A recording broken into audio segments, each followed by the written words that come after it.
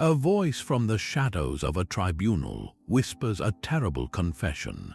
For centuries, the Spanish Inquisition has been a symbol of ultimate fear, but the real story is buried in 30 dark secrets. By the end of this journey, you will understand this era not as a distant myth, but as a chilling blueprint for how power truly operates.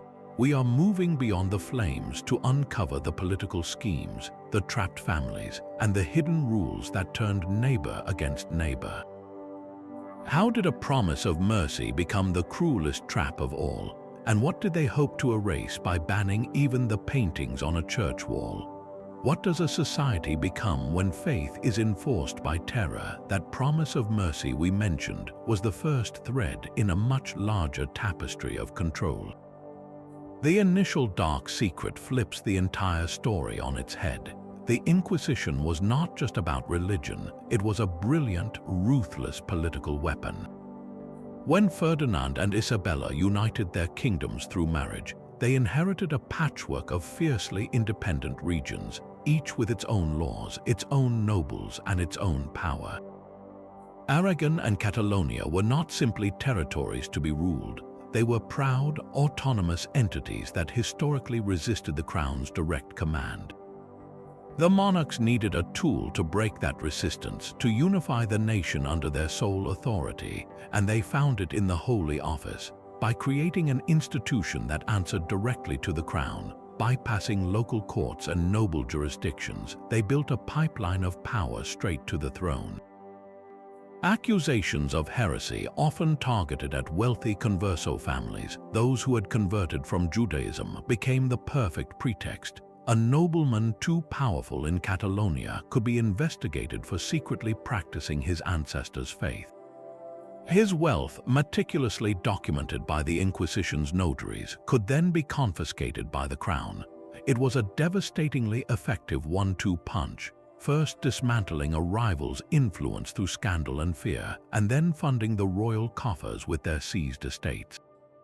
So the fires that burned were not merely for souls, they were beacons announcing a new, centralized authority. The true target was often not heresy but independence. This fundamental shift from spiritual court to political engine changes everything, because once you see that mechanism, you start to see it everywhere. It makes you wonder if faith was the charge but power was the prize. What other secrets were buried beneath that solemn, holy facade? This political weapon needed a way to draw its targets into the open, and it did so with a masterstroke of psychological manipulation known as the Edict of Grace. For a limited time, the Inquisition would announce a period of mercy in a town or city. The message was clear and seductive. If you had ever strayed from Orthodox Catholic practice, perhaps by avoiding pork in a quiet nod to your family's past, or by working on a Saturday, you could come forward now. Confess your errors voluntarily, perform a penance, and you will be reconciled with the Church without severe punishment. No property confiscation, no public humiliation, no terrifying trial. It was an offer that seemed to breathe relief into a community already thick with unspoken fear.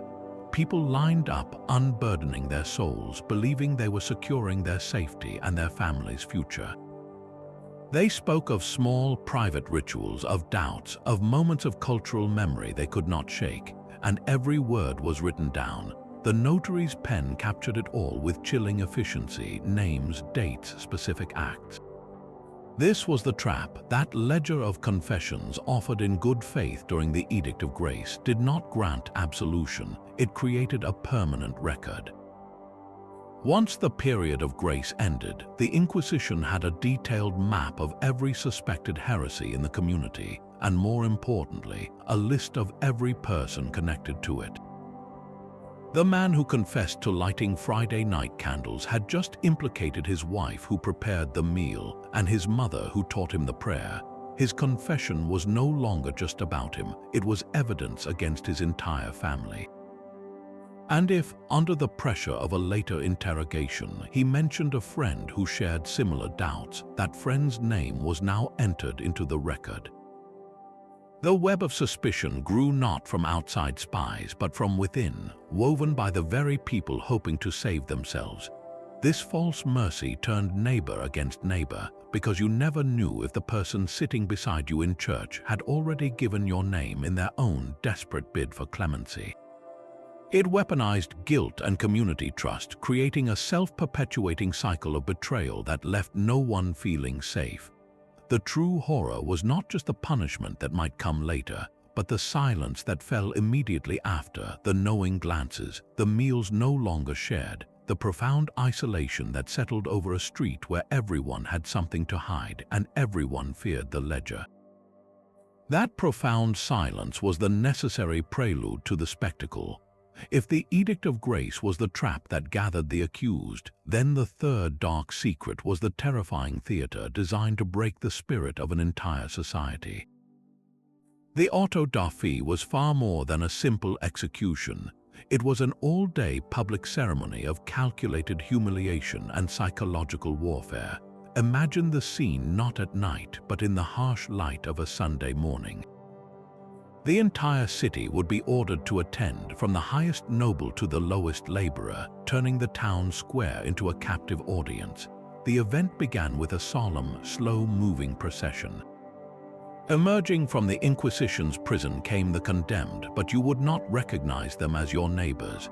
Each wore a sanbenito, a crude, sleeveless tunic of yellow sackcloth painted with red crosses and often decorated with flames and devils, a garment designed to be grotesque and instantly identifiable.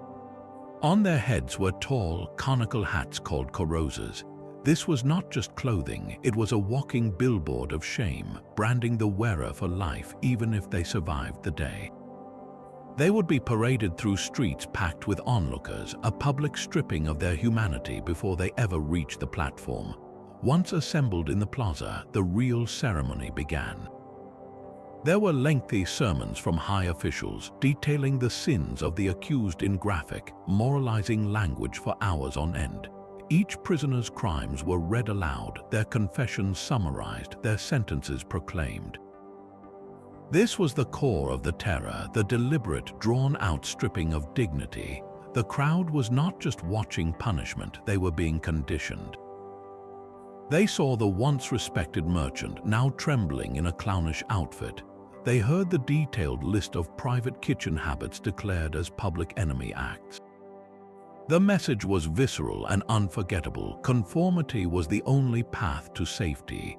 For those sentenced to death, the actual burning was often carried out at a separate location, sometimes the next day by secular authorities. The auto da fe itself was the main event, a ritual that could last from dawn until dusk, where the true execution was of community trust and individual identity. It turned justice into a public holiday of fear, ensuring that long after the ashes cooled, the image of the sanbenito would be seared into the memory of every person who was forced to stand and watch. That public spectacle of the auto da fe was the final act for many, but the real breaking of a person happened in the silent, windowless rooms beneath the tribunal.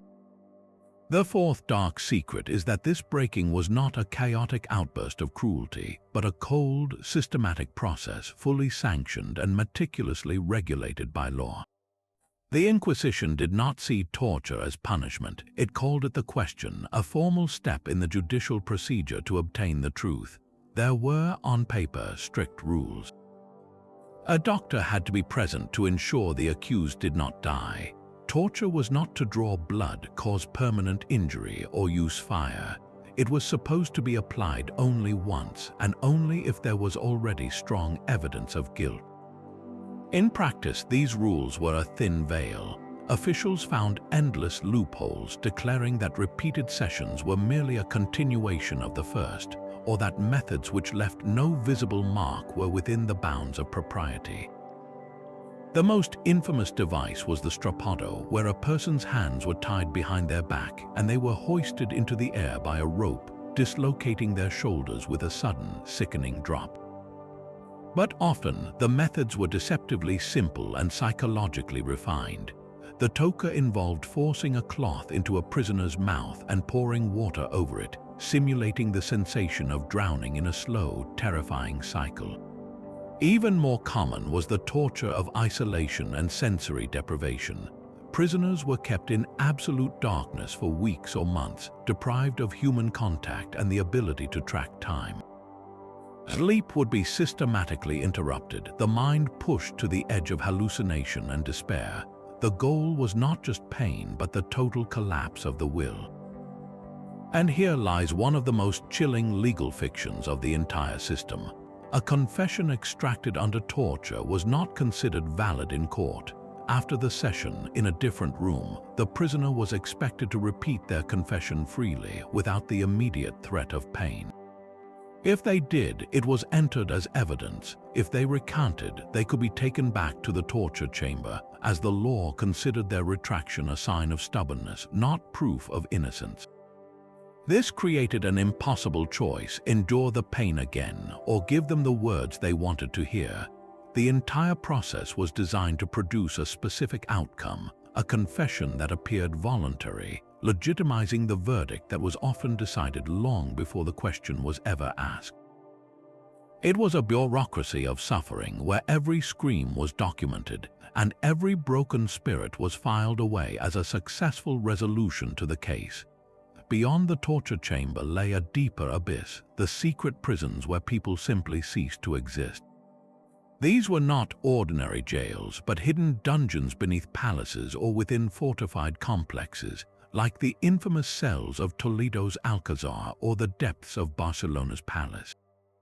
Here, the world was reduced to absolute darkness, thick silence, and a pervasive, chilling damp. A prisoner would be thrown into a stone pit or a cramped cell, often with no bed but straw crawling with vermin, and no light to mark the passage of days into months or even years. The door would seal shut, and the outside world would forget. This was the fifth dark secret, the systematic use of disappearance. Once taken into the Inquisition's custody, an individual could vanish without a trace. No charges were formally filed, no trial date was set, and no information was given to the frantic family left behind. A wife would have no way of knowing if her husband was alive or dead. A child would not know if a parent would ever return. Inquiries were met with stone-faced silence or vague references to ongoing holy work. This uncertainty was a weapon sharper than any blade. It transformed fear into a constant, gnawing presence in every home. The knock on the door at an odd hour, the footsteps stopping outside your house at night, these became the sounds of a potential ending. Anyone could be next, and no one would know where you had gone.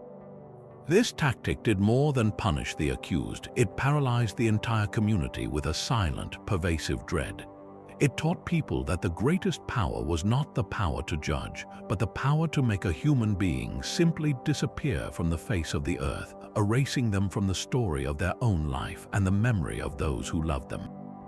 In this way, the Inquisition perfected a form of psychological control that would echo through history, a grim precursor to the tactics of modern secret police, where the threat of vanishing into a black hole of bureaucracy becomes the ultimate tool for enforcing silence and obedience. The silence of the vanished left a special kind of terror, but the Inquisition found a way to weaponize the most sacred sound of all, a child's voice. The sixth dark secret strikes at the very heart of human trust, the legal and systematic pressure for children to testify against their own parents. To the inquisitors, the family home was not a sanctuary. It was the most dangerous breeding ground for heresy, a private space where forbidden prayers could be whispered and old traditions secretly kept alive. Who better to report on those intimate moments than the children who lived there, the ones who saw everything?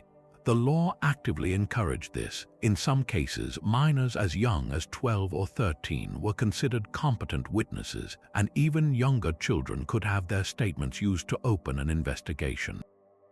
The pressure placed upon them was immense. A child might be separated from their family and questioned for hours by imposing, robed officials.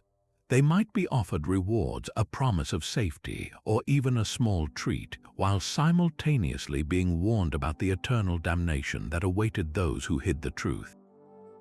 Imagine the impossible weight on a young mind, torn between love for a parent and fear of a terrifying authority figure speaking for God. There are heartbreaking records of children denouncing their mothers for lighting candles on a Friday evening, or their fathers for quietly reciting a prayer in a language they did not understand. One testimony could unravel an entire family. A son's confused description of a family meal without pork could lead to the arrest of not just his parents, but his grandparents, aunts, and uncles. The home, the one place that should have been safe from the outside world, became the most vulnerable point of exposure. This tactic did more than gather evidence. It poisoned the fundamental bond of family, turning the dinner table into a potential courtroom and a parent's loving instruction into a prosecutable crime. It ensured that heresy could not be passed down because the very generation meant to inherit it was mobilized to destroy it, leaving a legacy of guilt and betrayal that would haunt those children for the rest of their lives. While families were torn apart by the testimony of children, another ruthless machinery was already in motion, one driven not by faith but by pure, cold profit. The seventh dark secret reveals the Inquisition as a vast, self-funding enterprise, a lucrative business where piety was the slogan and confiscation was the bottom line. The moment an individual was arrested on suspicion of heresy, their entire world was frozen. Officials would arrive at the home, seal the doors, and conduct an immediate, meticulous inventory of every single item inside. This was not a future possibility, it was the first step. They listed furniture, linens, tools, jewelry, land deeds, and business ledgers. Every chicken in the coop, every sack of grain in the storehouse, every gold coin hidden beneath a floorboard was catalogued and seized by the crown. The family, now destitute and terrified, had no legal recourse to reclaim these possessions unless the accused was fully exonerated, an outcome that was vanishingly rare. This system created a devastating and perverse financial incentive. A wealthy merchant, a prosperous landowner, or a successful doctor represented a significant financial prize. Their arrest guaranteed a massive influx of cash and assets directly into the royal treasury and the Inquisition's own operational budget. Salaries for inquisitors, notaries, and guards, the costs of maintaining prisons, even the expenses for staging the elaborate auto-da-fé spectacles, all were paid for by the very people being persecuted. It transformed justice into a transaction. Local officials and informants, knowing they would receive a portion of the seized goods, were financially motivated to accuse their wealthier neighbors.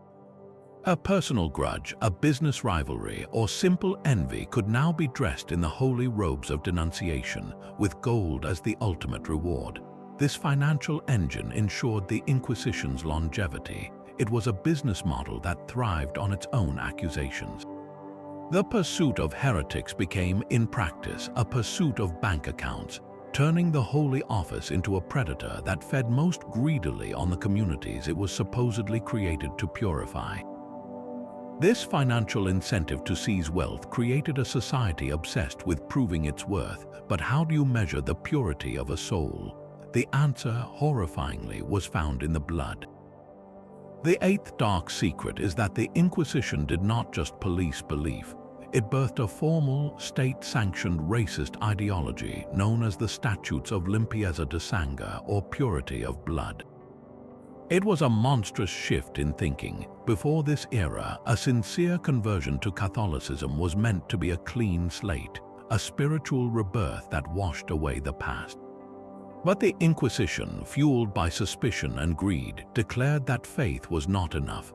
They argued that heresy was not just a choice of the mind, but a taint in the blood itself, a corrupting inheritance passed down from Jewish or Muslim ancestors. To be truly safe, to be considered a loyal Spaniard, you now had to prove you had no such ancestry, often going back 4 or 5 generations. Imagine the impossible task. You are a 3rd-generation Catholic, your family devout for decades, but a rumor persists about a great-grandmother. That whisper was enough to trigger an investigation. To secure a position at a university, to join a prestigious merchant guild, to hold any public office, or even to enter certain religious orders, you had to provide documented proof of your lineage. Families would scramble to find baptismal records, marriage certificates, and witness testimonies, creating a booming industry for genealogists and forgers alike. The result was a rigid caste system built on paperwork and paranoia. At the top were the old Christians, those with provably pure bloodlines. Beneath them were the new Christians, the conversos, forever suspect no matter their devotion. Their wealth could be seized, their accomplishments dismissed, their lives perpetually under a cloud of doubt. This was not a social prejudice, it was a legal one, codified into the very fabric of institutions. It poisoned Spanish society for centuries, turning neighbor against neighbor in a silent, bureaucratic war of ancestry, where the greatest sin was not what you believed, but who your great-great-grandparents might have been.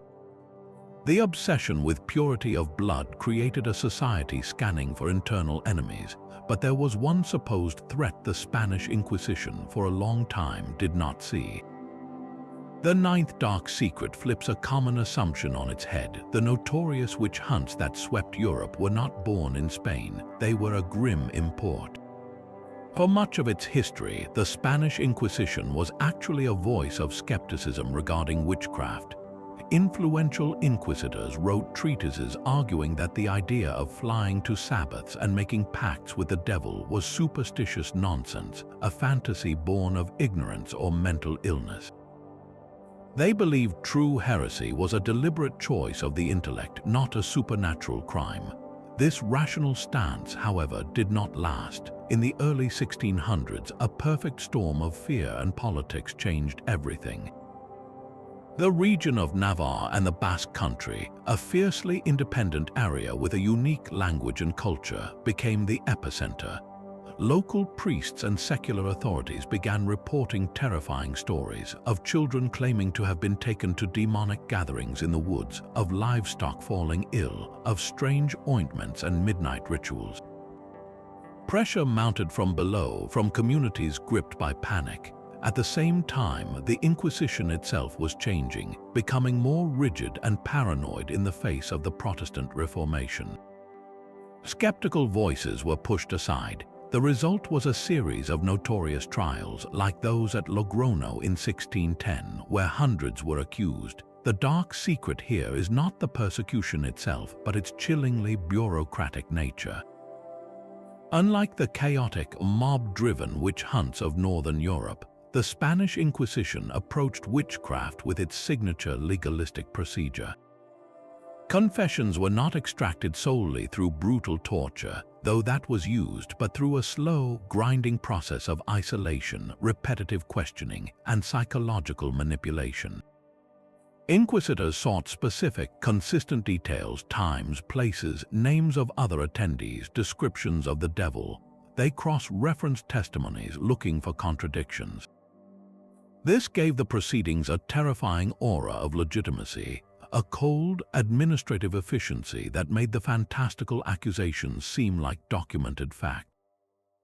A woman's desperate, coerced story about a flying goat would be entered into the official record with the same solemn detail as a property deed. The outcome, however, was just as deadly. While they burned fewer people for witchcraft than some regions, their methodical approach legitimized the hysteria, giving it the full weight of the state. It turned superstition into a prosecutable crime with a paper trail, proving that a process dressed in legal robes could be as destructive as any raging mob. The methodical terror of witchcraft trials proved the Inquisition could adapt its legal machinery to any perceived threat, and its ambition stretched far beyond the borders of Spain. The institution was not content to rule the Old World. It sailed across the ocean, planting its dark seeds in the soil of the Americas. This was the 10th dark secret, the Inquisition's long reach into a new continent. When Spanish colonists established themselves in places like Mexico City and Lima, they did not come alone. They brought with them the entire apparatus of the Holy Office, tribunals, notaries, and the same relentless suspicion. Its initial targets were familiar converso families who had fled persecution in Spain, hoping for a fresh start in the New World, only to find the same shadows waiting for them on the docks. But in the Americas, the Inquisition found a broader, more complex mission. It took upon itself the duty of policing the morality of the entire colonial society. This meant prosecuting colonists for blasphemy, for bigamy, for possessing forbidden books, and for any behavior deemed unchristian. Yet its most tragic and unique focus became the spiritual lives of the indigenous populations. While the regular church clergy handled initial conversion, the Inquisition stood ready to punish what it called idolatry, the continued practice of native religions in secret. This created a devastating double bind for indigenous people. They were forced to adopt a new faith and then punished by a terrifying foreign court for any lapse or silent remembrance of their old gods. The horror reached a grotesque peak in Mexico City in 1649. That year, the Inquisition staged one of the largest auto da fe ever held in the Americas. The plaza was packed, a spectacle designed to awe and terrify the burgeoning colony. Among those paraded in San Benito's were not just accused Judaizers, but also people charged with witchcraft, blasphemy, and heresy. The message was unequivocal. The same absolute authority that ruled in Madrid and Toledo now ruled here, thousands of miles away. The unique cruelty lay in imposing a very old-world, medieval form of religious terror onto entirely new cultures that were already suffering the catastrophic shocks of conquest and disease. It was a tool of colonial control, ensuring that the conquest was not just of land, but of the human spirit itself, demanding conformity in a world where everything else had already been shattered. The Inquisition's control over bodies and souls was absolute, but to shape the future, they knew they had to control the very thoughts being born in the minds of the living. This leads us to the 11th dark secret, the systematic strangulation of ideas through the power of censorship. Beyond the prisons and the public spectacles, the Inquisition maintained a list, a master catalogue of forbidden knowledge known as the Index of Prohibited Books. Imagine a librarian whose only job was to decide what you were never allowed to read. This index was not a short list. It swelled to include thousands of titles, from the scientific works of Galileo and Copernicus, which challenged the Earth's place in the universe, to the philosophical writings of Erasmus, who advocated for a more personal, inward faith. Even translations of the Bible into common languages like Spanish were banned, the fear being that if ordinary people could read scripture for themselves, they might interpret it differently than the church authorities demanded. The effect was a cultural quarantine. Booksellers and printers faced constant inspections and raids. Owning a prohibited text was not a minor offense. It was evidence of heresy, a one-way ticket into the Inquisition's dungeons. Scholars, doctors, and thinkers found themselves working in a shadow of fear, afraid to pursue new ideas or correspond with intellectuals in France or Italy. The vibrant exchange of the Renaissance, which was transforming art and science across Europe, hit a stone wall at the Spanish border. While London and Paris buzzed with debates about astronomy, anatomy, and political theory, Spanish universities fell into a profound silence, teaching from approved centuries-old texts. This was not an accidental side effect, it was the entire point. By cutting Spain off from the currents of European thought, the Inquisition ensured ideological control. It kept the population in a kind of intellectual amber, preserving a rigid, unquestionable version of the world where the church's authority was the only lens through which to see reality. The true cost was measured not in confiscated books, but in vanished potential, in the scientific discoveries never made, the novels never written, and the debates that never echoed through Spanish courtyards, leaving a nation powerful in empire but impoverished in mind. The censorship of books created a silent world, but to enforce that silence, the Inquisition needed eyes and ears everywhere.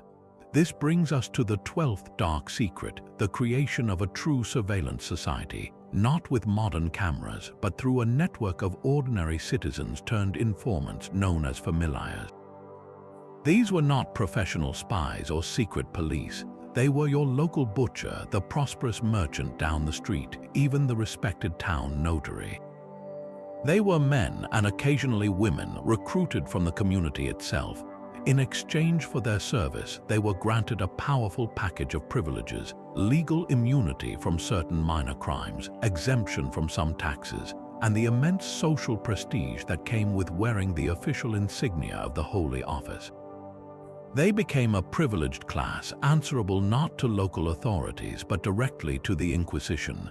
Their primary duty was simple yet devastating: to watch, to listen, and to report. They were instructed to note any conversation that seemed skeptical of church doctrine, any household that did not attend Mass with fervent regularity, any family that might be observing dietary customs that differed from the norm. A casual remark about a sermon made in the privacy of a tavern could be noted and passed up the chain. The smell of a certain dish cooking on a Friday night, reported by a neighbor, could trigger an investigation. This system transformed the very fabric of daily life. Imagine walking to the market, not knowing if the person bargaining with you over the price of cloth was also mentally cataloging your words for evidence. Could you trust the friend sharing a glass of wine, or were they seeking favor with the tribunal? The presence of familiars turned every village square, every home, into a potential extension of the interrogation chamber. It was a social panopticon, a design where the watched can never see the watcher, so they must assume they are always being observed. The result was not just fear, but a profound corrosion of human connection. Private thoughts became a dangerous liability, and casual speech was weighed and measured before it left the mouth. Community, which should have been a source of support, became a web of potential betrayal. The true power of the familiars was not in the arrests they directly caused, though there were many, but in the invisible prison they built, a cage of suspicion where people became their own jailers, policing their own words and traditions out of sheer survival instinct. The familiars created a world where every neighbor was a potential informant, but no one felt this pressure more acutely than the very people the system was designed to ensnare: the conversos. Theirs is the 13th dark secret, a story of an impossible double bind that turned faith into a fatal trap. These were the Jewish converts, sometimes called Marranos, who had been forced to choose between baptism or exile during the Great Expulsions. Many chose conversion, hoping to save their families and their homes, yet this act of survival did not grant them safety, it made them permanent suspects. In the eyes of the old Christians, their conversion was never sincere, it was a tactical lie. They were distrusted as secret Jews or Judaizers, plotting to undermine the faith from within. This suspicion was codified into the very laws of blood purity we discussed, barring them and their descendants from positions of honor, but the cruelty did not end there. Often, they found themselves alienated from the Jewish community as well, seen by some as having abandoned their heritage under duress. They were caught in a terrible limbo, belonging fully to neither world. Their daily life became a minefield of performative devotion. They had to attend Mass with visible fervor, donate publicly to the church, and loudly condemn any rumor of heresy, all while knowing it might never be enough. A single careless remark could doom them. Forgetting to light a candle on a Christian holiday or instinctively avoiding pork during a meal could be reported by a watchful servant or a jealous business rival. The Inquisition actively looked for these signs, these crypto rituals. Did a woman clean her house on a Friday evening? That could be preparation for the Jewish Sabbath. Did a family change their linens on a certain day? That might signal a hidden observance. The pressure was so immense that it created a psychological prison far tighter than any cell. A converso mother teaching her child a prayer might do so in a whisper with the windows shuttered, terror in her heart that this act of cultural memory was also an act of treason. They lived with a constant, grinding fear, knowing their survival depended on the perfection of a performance, on erasing every instinct of their past, while being judged forever by the ancestry they could not change. Their tragedy was the blueprint of the Inquisition's power, proving it could not just punish actions, but could torture the space between a person's public face and their private heart. While the conversos navigated a world of whispered suspicion, another group faced a parallel fate with an even more definitive and violent conclusion. The 14th dark secret is the systematic erasure of the Moriscos, the Muslim population who had been forced to convert to Christianity after the fall of Granada in 1492. Like the conversos, they were trapped in a conversion they never wanted, and like the conversos, they were watched for any sign of backsliding, but the accusations against them had a distinct cultural fingerprint. Inquisitors and old Christian neighbors became hyper-vigilant for specific, everyday acts. Did a Morisco family bathe or wash their feet with unusual frequency? This was seen as evidence of ritual ablution for Islamic prayer. Did they avoid wine and pork? That was a clear sign of clinging to dietary laws. Even the language they spoke at home, a form of Spanish mixed with Arabic known as el Jamiado, became a crime, a secret code of heresy. Their very culture was criminalized. This pressure boiled over into open rebellion, most famously in the Alpujarras Revolt of 1568. The Morisco communities in the mountainous region of Granada, pushed to the brink by laws forbidding their language, dress, and customs, rose up in a desperate, bloody conflict. The suppression was merciless. Royal forces, led by Don John of Austria, crushed the revolt with staggering brutality, killing thousands and dispersing the survivors in a forced relocation across Castile, tearing them from their ancestral land. Yet this scattering was only a prelude to the final solution. For decades, the Moriscos were portrayed as a perpetual fifth column, secretly loyal to the Ottoman Empire and a threat to the Spanish state. This fear and bigotry culminated in the ultimate act of exclusion. Between 1609 and 1614, by royal decree, the entire Morisco population was ordered expelled from Spain. It was not a suggestion, it was a forced evacuation of roughly 300,000 men, women, and children. They were marched to ports, allowed to take only what they could carry, and loaded onto ships bound for North Africa. Entire towns in regions like Valencia and Aragon were emptied overnight, their fields left untended and their workshops silent. This was not just persecution, it was state-sponsored ethnic cleansing, an attempt to solve the problem of difference by simply removing an entire people from the story of the nation. The expulsion of the Moriscos stands as one of the darkest and most definitive secrets of the era, a chilling testament to what happens when fear and ideology decide that coexistence is impossible, and that purity requires not just conversion but complete erasure. The expulsion of the Moriscos was a brutal finality, but the Inquisition had a far more insidious tool for those who remained within the fold, a weapon that turned the victim into the perpetrator. Secret 15 reveals a psychological trap of unimaginable cruelty, the creation of double agents from among the condemned. When a converso was convicted of Judaizing, the sentence was almost always death or life imprisonment. But inquisitors would occasionally offer a sliver of hope, a pardon, not out of mercy but for a price. The prisoner would be spared on one horrific condition: they must return to their community and act as a spy. They were to feign normalcy, rejoin their social circles, and then report back on the secret religious practices of their own friends, neighbors, and even family members. Imagine the torment of that choice: accept and become the instrument of your loved one's destruction, or refuse and face the flames. Those who accepted were handed a death sentence of the soul. They walked back into their old lives wearing an invisible San Benito, a cloak of betrayal only they could feel. Every friendly conversation over a meal, every shared confidence, every moment of trust became an opportunity for evidence gathering. A cousin might confide a moment of doubt about a church doctrine. A childhood friend might share a memory of a departed grandparent's quiet prayer. The double agent would have to nod, offer sympathy, and later recite every damning word to the notary in the tribunal.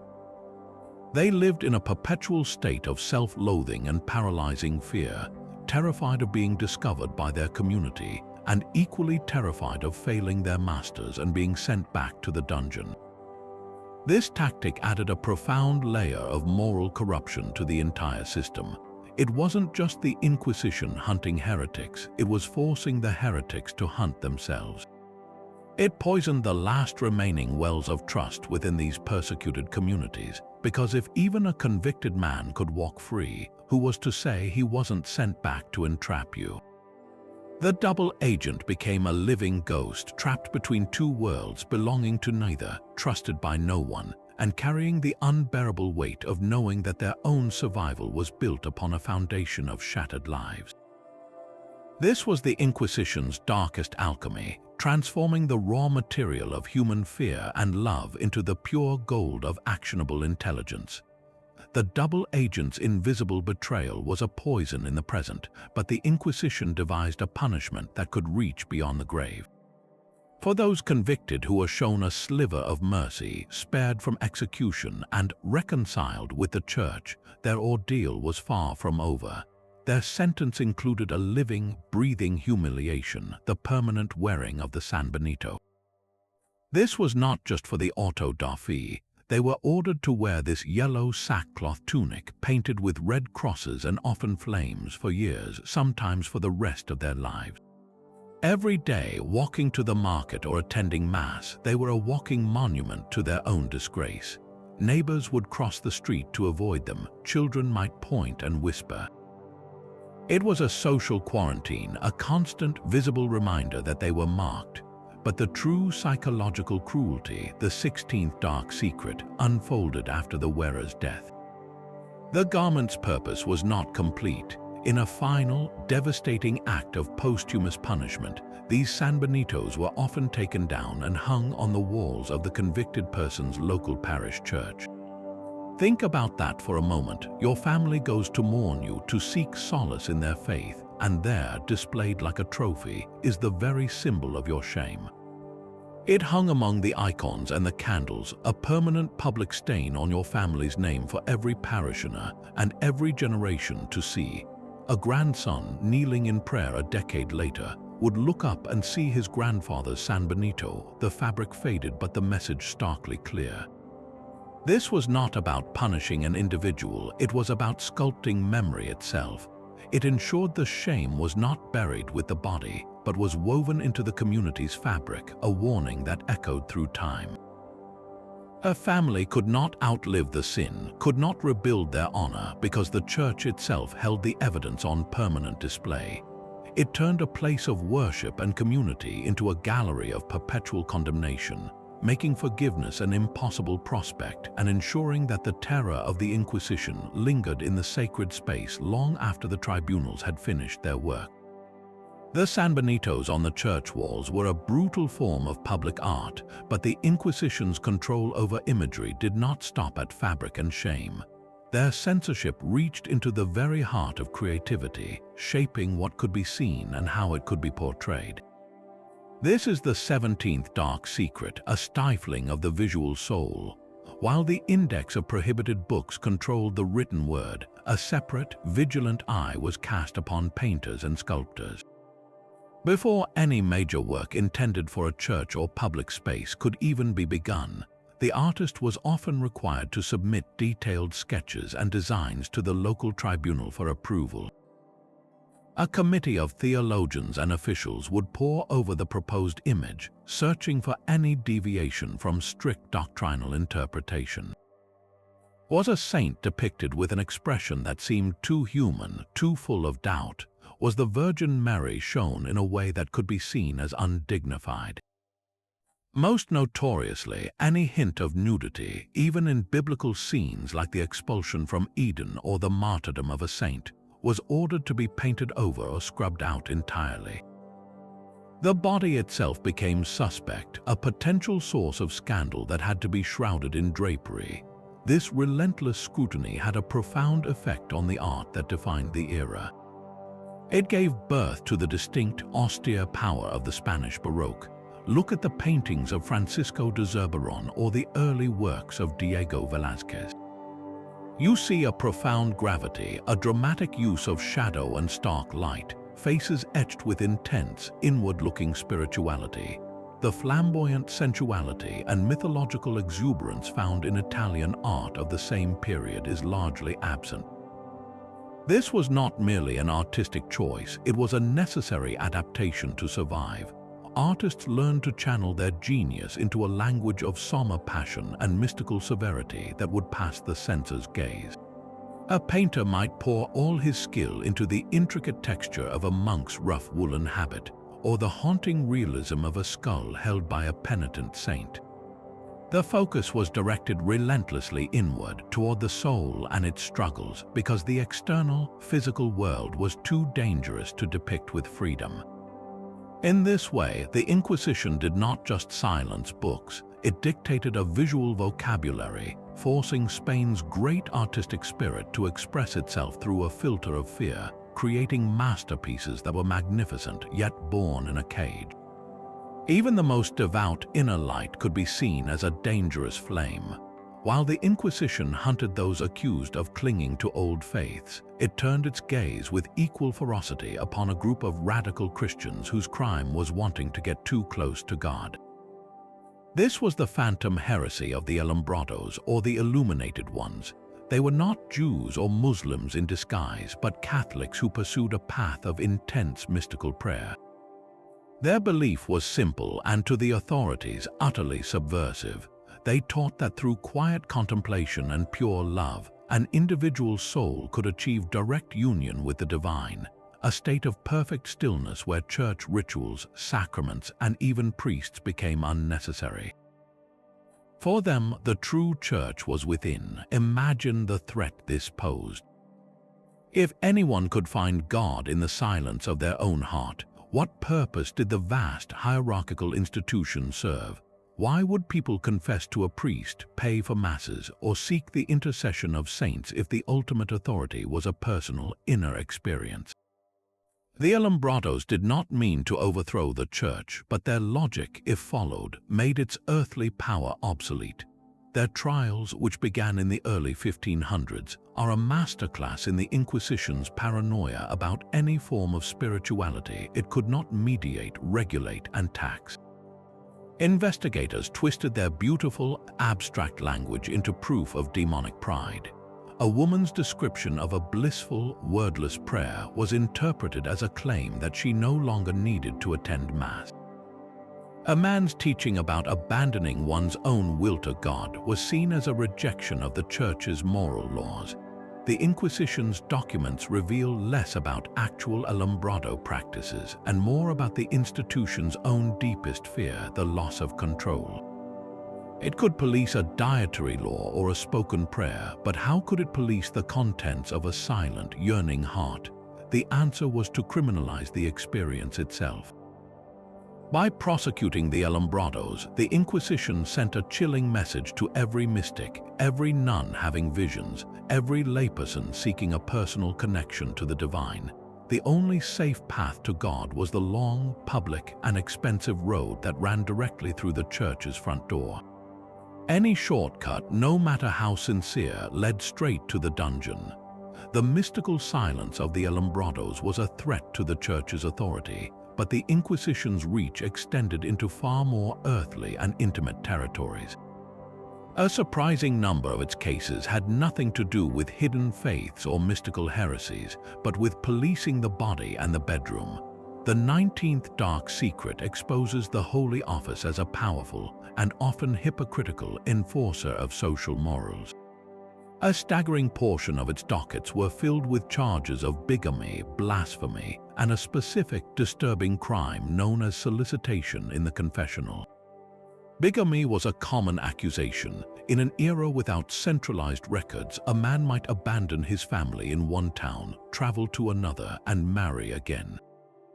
When discovered, this was not just a civil offense but a crime against the holy sacrament of marriage, and thus fell under the Inquisition's jurisdiction. The trials revealed desperate lives, people seeking escape from poverty or unhappy unions, caught in a web of paperwork and sanctified law. Blasphemy cases were equally frequent, often born from moments of raw frustration. A farmer whose crop failed might curse God in a fit of anger. A sailor in a storm might utter a profanity against a saint. Overheard by a neighbor or reported by a guilty conscience, these heated words could land a person in serious trouble, forced to prove the depth of their faith over a single, impulsive outburst. But the most revealing charge was solicitation. This referred to priests who used the sacred, private space of the confessional to make sexual advances toward penitents, usually women. The power imbalance was absolute, the setting was one of supposed spiritual safety, and the crime was an ultimate betrayal of trust. Investigating these cases placed the Inquisition in a deeply awkward position, prosecuting its own clergy for corrupting the very sacrament it was meant to protect. These trials for bigamy, blasphemy, and solicitation unveil a crucial truth. The Inquisition was not merely a hunter of religious minorities, it was the guardian of a rigid social order. Its goal was total control, overseeing not just what you believed in your heart, but how you managed your household, what you said in a moment of pain, and how the most trusted figures in society behaved behind closed doors. By claiming authority over marriage, speech, and clerical conduct, it inserted itself into the most personal corners of existence, ensuring that no aspect of life, from the cathedral to the bedroom, was free from its shadow. That shadow over the bedroom and the confessional found its most powerful and feared architect in a single, austere figure. To speak of the Spanish Inquisition is to summon the name of Tomás de Torquemada. Yet the 20th dark secret is that he was not a cartoon villain, but a true believer whose bureaucratic genius and royal access turned sporadic persecution into a permanent, self-sustaining machine. He was a Dominican friar, a man of severe personal austerity who slept on boards and owned almost nothing, which made his fanaticism all the more untouchable, for he could not be accused of greed. What made him uniquely dangerous was his intimate role as the personal confessor to Queen Isabella. He was not just an official, he was a spiritual advisor with the Queen's ear, whispering his vision of a purely Catholic Spain directly into the heart of power. Under his leadership as Inquisitor General, the tribunals were standardized, their procedures codified, and their reach extended across the kingdom with terrifying efficiency. He created the first centralized council, the Suprema, which coordinated the Holy Office's work from Madrid, turning it from a collection of regional courts into a unified national police force. His signature was on the detailed instructions that regulated everything from the conduct of torture to the management of seized property, giving the entire brutal process a chilling veneer of legal order. The most haunting twist, and a subject of historical debate, is the possibility that Torquemada himself had distant converso ancestry. Some records suggest his grandmother may have been a Jewish convert. If true, it adds a layer of devastating psychological complexity, a man potentially erasing his own lineage with relentless fervor to prove his loyalty beyond any doubt. This ferocity reached its climax in the same pivotal year of 1492. While Columbus sailed west, Torquemada convinced the monarchs to sign the Alhambra Decree, ordering the expulsion of all Jews from Spain. He presented it as the final solution to the converso problem, arguing that as long as Jews remained, they would tempt the new Christians back to their old faith.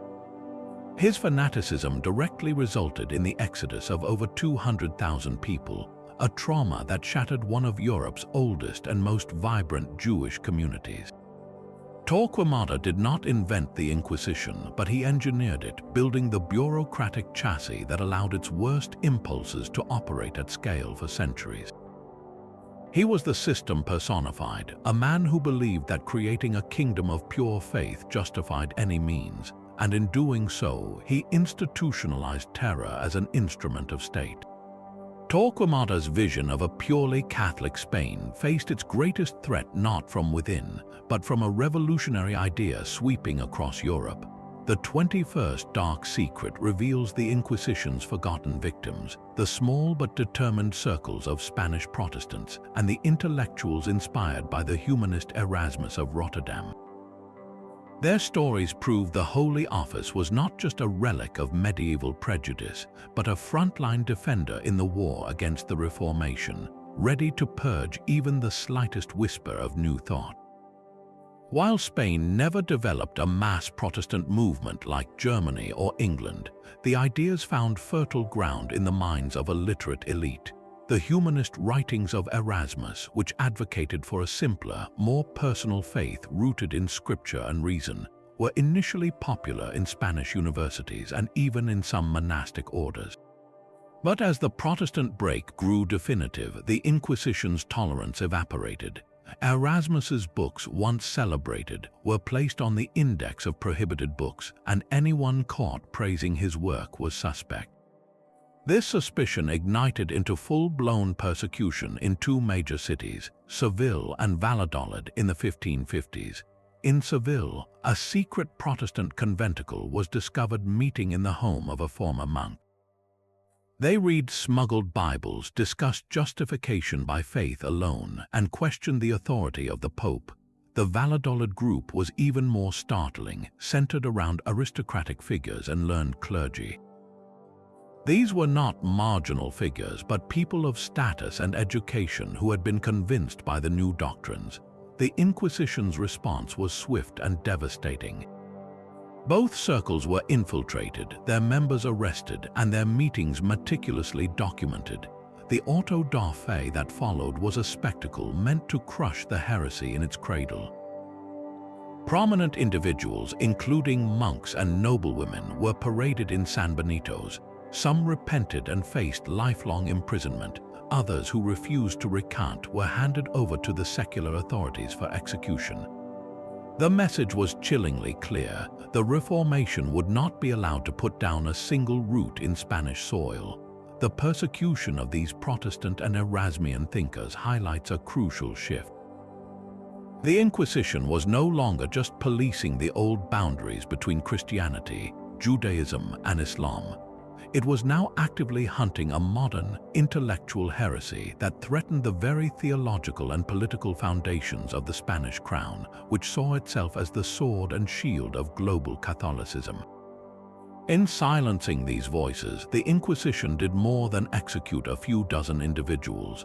It successfully sterilized the Spanish intellectual landscape, ensuring that the great debates reshaping Europe would echo only as distant, forbidden thunder. The quiet, methodical scratch of a quill on parchment was the true soundtrack of terror. This was the 22nd Dark Secret, the bureaucracy of horror, where meticulous record-keeping turned atrocity into administrative routine. Every single action of the Inquisition, from the first whispered accusation to the final inventory of a confiscated home, was documented with obsessive detail.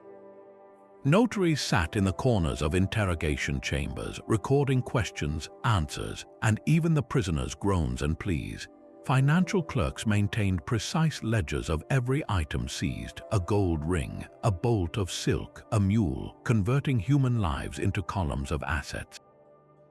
Prisoner logs noted daily rations, illnesses, and cell assignments with the same detached efficiency as a warehouse inventory.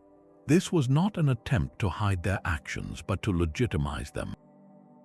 By dressing brutality in the formal language of law and accountancy, they normalized the horror. An inquisitor ordering the strappado was not a torturer, he was an official following procedure, his actions neatly notated on a form. The burning of a heretic was not a murder, it was the execution of a legally obtained sentence filed under a specific case number. This bureaucracy created a moral distance, allowing ordinary men to participate in extraordinary cruelty by reducing it to paperwork. The chilling irony is that this mountain of paper, intended to prove the system's righteousness, now serves as its most damning indictment. Centuries later, historians can open these archives and find a terrifyingly complete picture. We can read the trembling confession of a teenage boy denouncing his mother, see the exact profit made from selling a condemned man's furniture, and trace the slow psychological unraveling of a prisoner held in perpetual darkness, all recorded in neat, unwavering script. These records reveal the Inquisition not as a frenzy of blind fanaticism, but as a cold, self-perpetuating machine where the greatest evil was its sheer, soul-crushing normality. Those archives of cold bureaucracy would outlive the institution itself, but not by much. The 23rd dark secret flips the final page, revealing that the Inquisition's end was not a heroic victory of good over evil, but a slow, pragmatic death by political irrelevance. For centuries, it had been a pillar of the Spanish state, but new winds were blowing across Europe, winds called the Enlightenment. Philosophers like Voltaire and Montesquieu wrote scathing critiques of religious intolerance and the abuse of judicial power. Their ideas, smuggled in forbidden books, began to erode the intellectual foundation the Inquisition stood upon. The concept of individual rights, of a separation between church and state, made the Holy Office look like a medieval relic. Then came the earthquake of Napoleon's invasion in 1808. French troops marched into Spain, and with them came a revolutionary decree.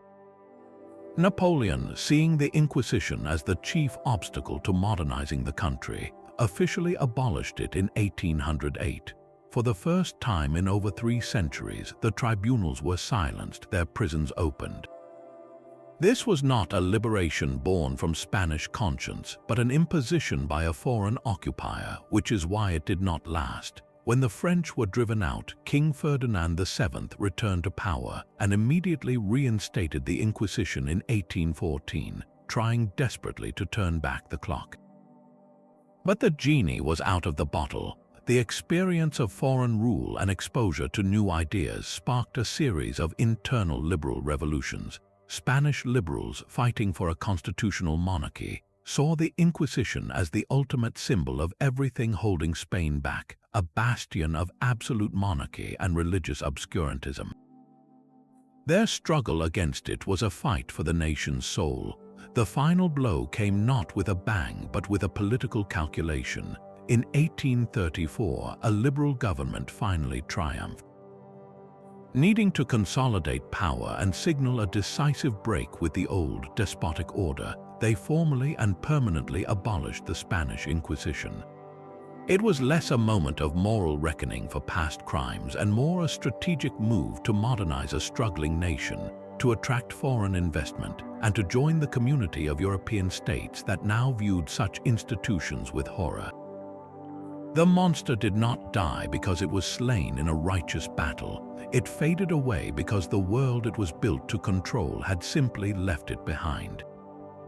Its ghost never truly left the room. The 24th dark secret is that the Inquisition's shadow stretches far beyond the history books, shaping modern ideas and political language in ways we seldom recognize.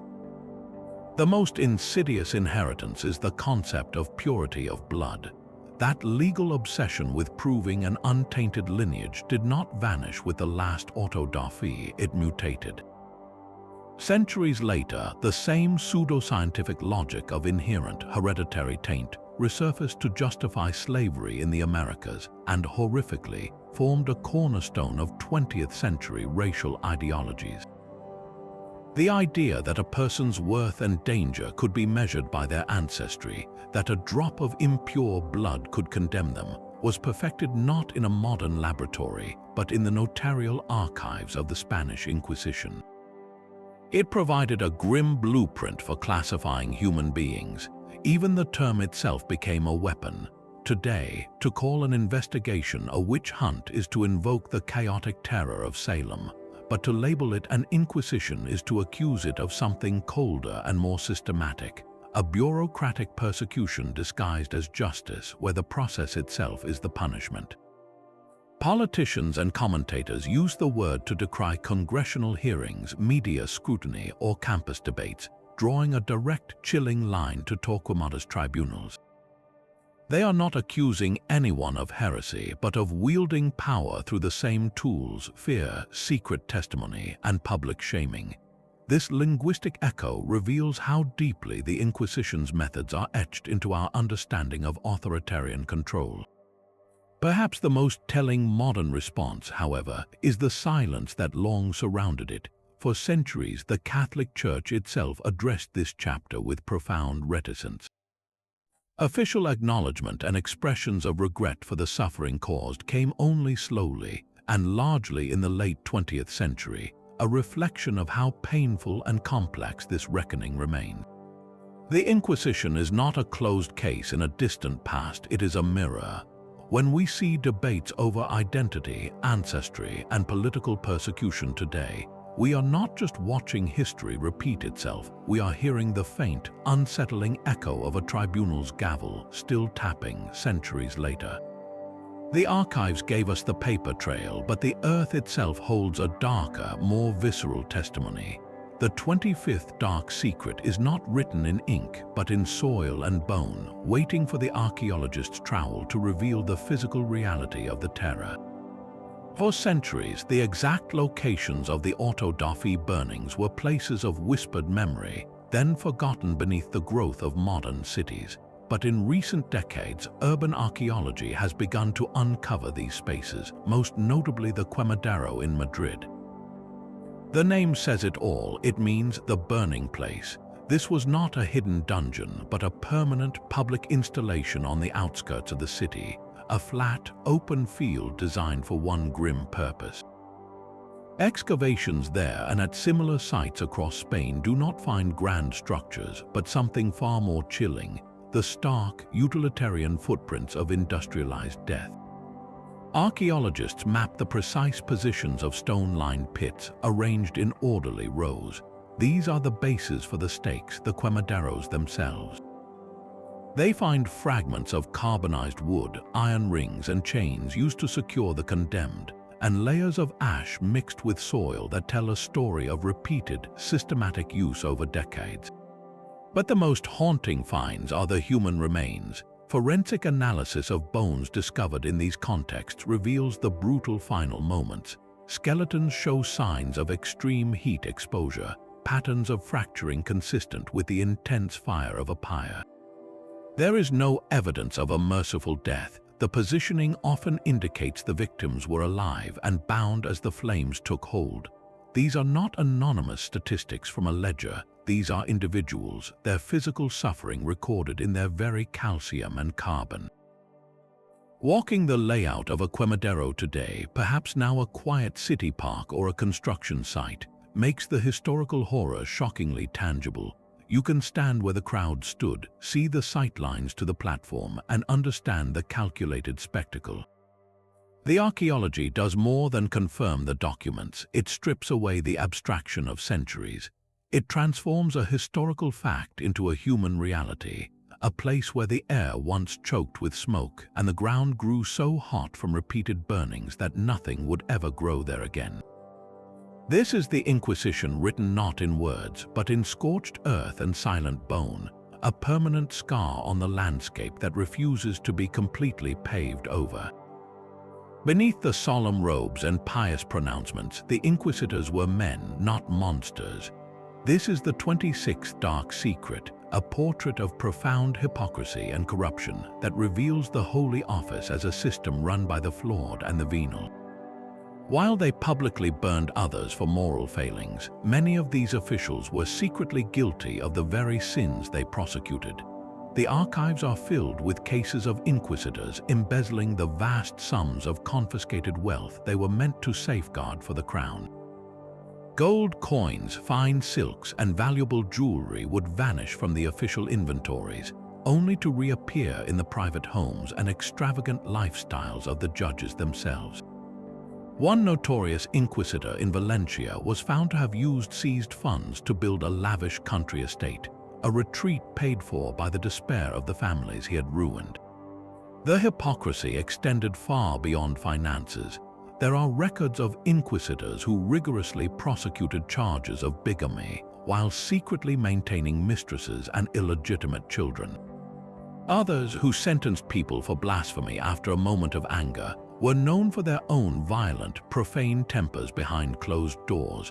Perhaps most damning were the cases of solicitation, where inquisitors themselves were accused of using their authority to make inappropriate advances, corrupting the same sacred spaces they were sworn to protect.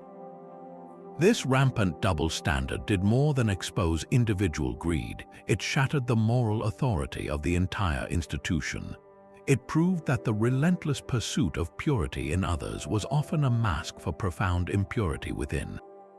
These men were not faceless demons executing a divine plan. They were ambitious bureaucrats, petty tyrants, and moral hypocrites who found in the Inquisition a perfect vehicle for power, profit, and the projection of their own sins onto convenient scapegoats. Their secret lives force a chilling realization. The most effective weapon of terror is not wielded by a fanatic, but by a cynical man who no longer believes his own sermons, yet understands perfectly how to make others tremble at their sound. The very system designed to break the human spirit could never fully extinguish its cunning. For every soul crushed by the Inquisition's machinery, there was another who fought back with wit, guile, and raw desperation. Secret 27 uncovers the quiet resistance, the brilliant legal gambits, and the daring escapes that prove the accused were never merely passive victims in a rigged game. They were strategists exploiting every tiny crack in the monolithic facade of their persecutors. One of the most common and effective tactics was to challenge the Inquisition on its own legalistic terms. Educated conversos familiar with canon law would meticulously pick apart the testimony against them. They would point out contradictions between witnesses, argue that the alleged acts were not heresy but simple cultural habits, or demand that their accusers be named and brought forward to confront them, a right the Inquisition almost never granted. This forced the tribunal into tedious procedural delays, buying the prisoner precious time. Some prisoners, understanding the power of narrative, crafted elaborate performances.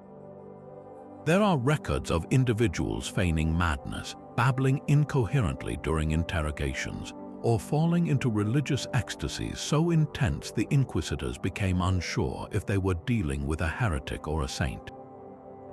This theatrical confusion could stall proceedings for months while doctors and theologians were brought in to assess the prisoner's sanity. Bribery was a dangerous but frequent tool. With wealth often hidden before arrest, families on the outside would work to funnel money to compliant jailers. A well-placed bribe could mean better food, a cell with light, the smuggling of messages, or even the loss of a damning piece of evidence from the case file. The most dramatic stories, of course, are the escapes. While not common, they happened. In Barcelona, a prisoner managed to pick the lock of his cell and, disguised in a stolen cloak, simply walked out of the palace complex during a shift change. In Valencia, a group of prisoners orchestrated a riot as they were being transferred, scattering into the warren of city streets while guards struggled to contain the chaos. Each act of defiance, whether a clever legal argument or a desperate dash for freedom, served a profound purpose beyond survival. It was a reclamation of agency. In a process designed to strip them of all identity and will, to make them confess to a script written by their torturers, these acts of resistance were a way of saying, "I am still here. I still have a mind, and I will use it against you."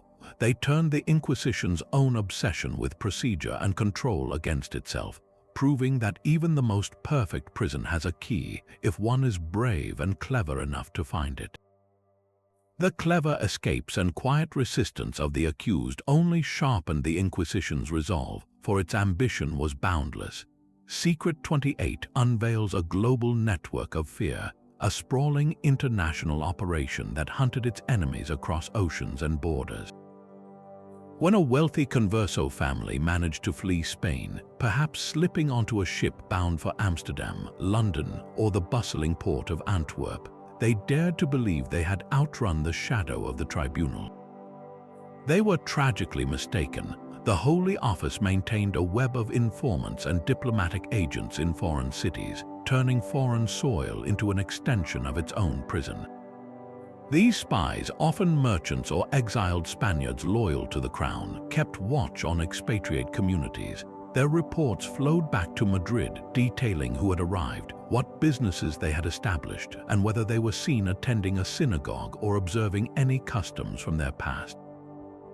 This intelligence had two ruthless purposes. First, the Inquisition would use diplomatic pressure to demand the extradition of the fugitive, branding them a convicted heretic in absentia.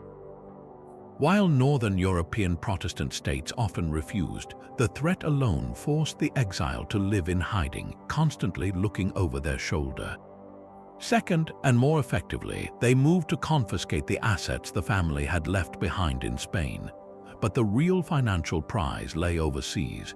Through complex legal maneuvers and collaborations with local authorities in places like Spanish Naples or the viceroyalties of the Americas, the Inquisition could sometimes seize a family's foreign trade goods or bank deposits. A shipment of wool in Flanders or a cache of silver in Mexico City could be legally attached and siphoned back to the crown's coffers. This transforms our understanding of the institution. It was not merely a domestic police force, but an early, chilling prototype of transnational policing. Its mandate knew no geographical limit, fueled by an obsession that heresy was a contagion which, if allowed to flourish abroad, could reinfect the homeland. The message to every refugee was clear and devastating: you can run, but you can never truly escape. The reach of the state, when armed with both faith and bureaucracy, was longer than any voyage. The doctor's arrival in the dungeon was not a mercy, but a calibration of cruelty. This 29th dark secret reveals how the emerging science of medicine was conscripted into the service of the Holy Office, creating a chilling partnership between the healer and the inquisitor.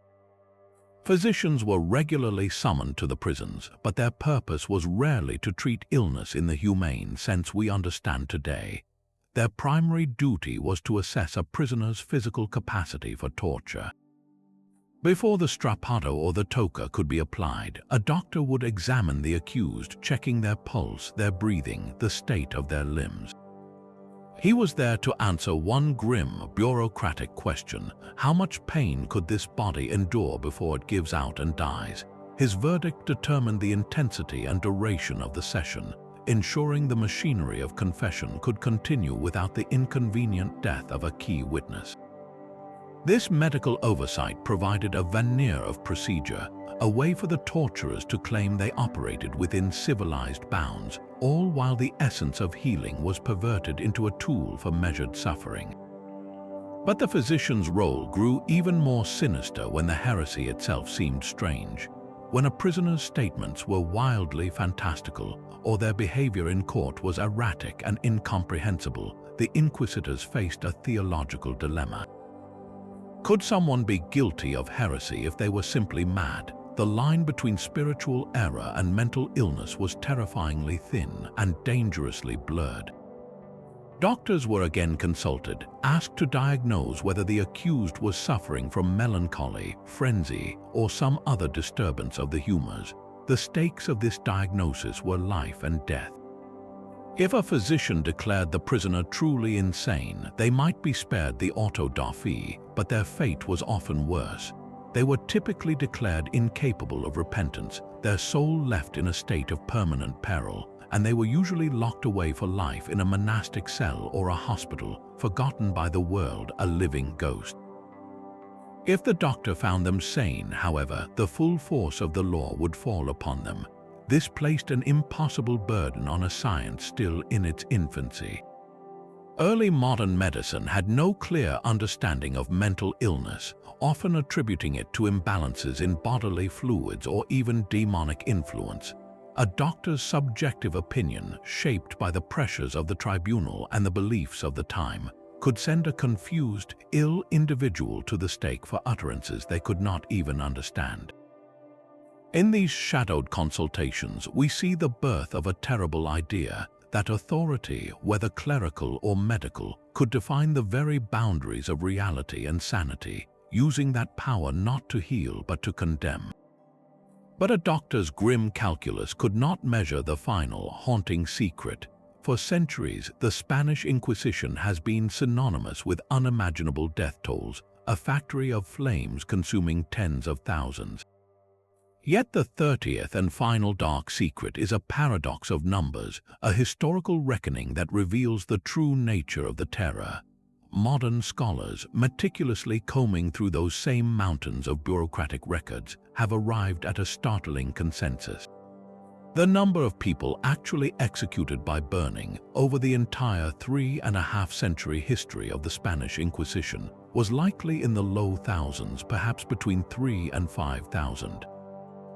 This figure is a fraction of the apocalyptic numbers popularized by Protestant propaganda of the era, which sought to paint Catholic Spain as a uniquely barbaric kingdom of fire.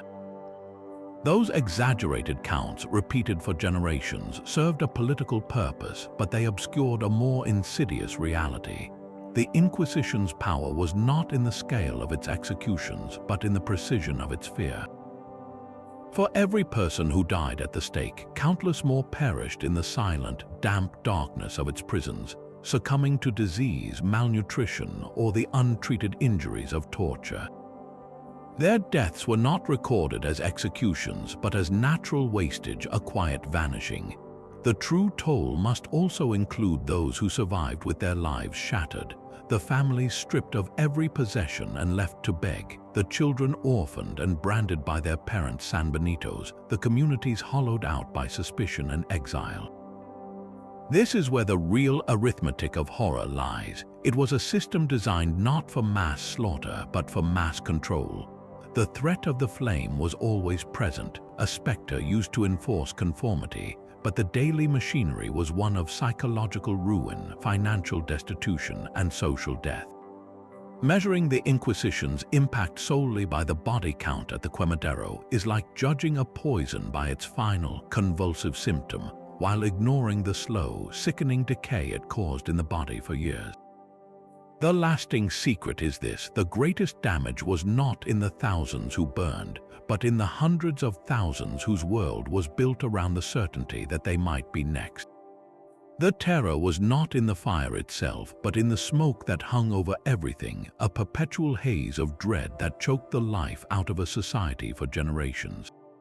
The smoke of that terror may have cleared centuries ago, but its shadow still falls across our world. We have walked through 30 dark corridors of this history, from the political weapon forged by a crown to the poison of purity in the blood, from the children whispering against their parents to the sanbenitos hanging in silent condemnation long after death. The journey reveals a truth more unsettling than any single act of cruelty. The ultimate horror of the Spanish Inquisition was not its brutality, but its brilliant, chilling normalcy. It was a system, a bureaucracy of fear where every scream was documented, every confiscated spoon was logged, and every broken will was filed away as a case resolved. It was profoundly, terribly human, built not by demons, but by ambitious men, cynical officials, and ordinary neighbors who learned to trade trust for a sliver of safety or a piece of silver. Its legacy is a warning etched in the ashes of intolerance, a demonstration of what happens when absolute ideological power merges with the machinery of the state, when the definition of truth belongs to a single, unchallengeable authority. It teaches us that the greatest dangers often wear the robes of righteousness and speak in the calm language of procedure. So we remember these stories not to dwell in the darkness of the past, but to hold a light to the present. Which of these 30 secrets shifted your understanding the most? Where do you see echoes of its methods, of its logic of purity and persecution, in the conversations and conflicts of our own time? Share your thoughts in the comments below. If you value these journeys into history's hidden corners, a like and a subscription helps this channel continue exploring the mysteries that shape our world. Thank you for listening.